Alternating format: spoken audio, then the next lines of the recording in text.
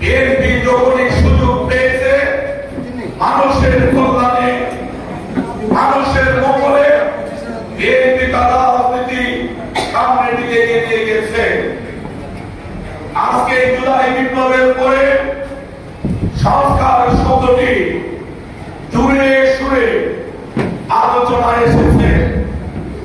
সংস্কার মানুষ প্রত্যাশা করে, বিএনপি এটাকে অবশ্যই সম্মান করে বিএনপি সংস্কার চায়।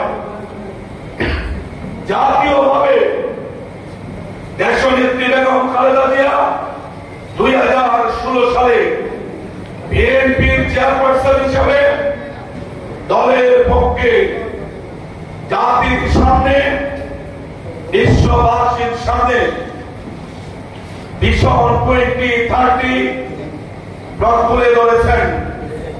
সেইখানে বর্তমান প্রজন্মের প্রত্যাশা বিশ্ব রাজনীতির সঙ্গে সামঞ্জস্য রেখে বাংলাদেশী জাতীয়তাবাদের মূল ধারক বাহক বাংলাদেশ জাতীয়তাবাদী দল তার বৈশ্বিক রাজনীতি 2016 সালে ভিশন 2030 মাধ্যমে জাতির সামনে তুলে ধরেছেন। অনেক আলোচনা হয়েছে, পর্যালোচনা হয়েছে, বিশ্লেষণ হয়েছে।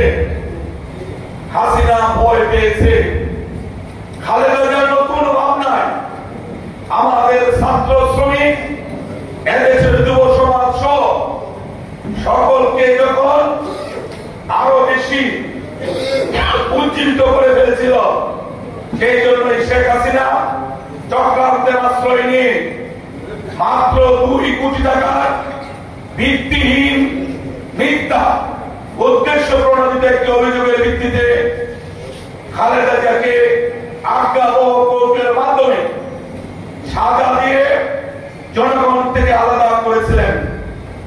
খালেদা জিয়া অনেকটা প্রতিবাদ করার চেষ্টা বারবার করেছেন, জনগণকে সম্পৃক্ত করে হাসিনার পতন নিশ্চিত করার জন্য মাঠে ময়দানে ঘুরে বেরিয়েছেন শেখ হাসিনা। সেই জন্যই খালেদা জিয়াকে আইনের ধোঁকা দিয়ে, কোর্টকে কাজে লাগিয়ে কারাবন্দী করলেন।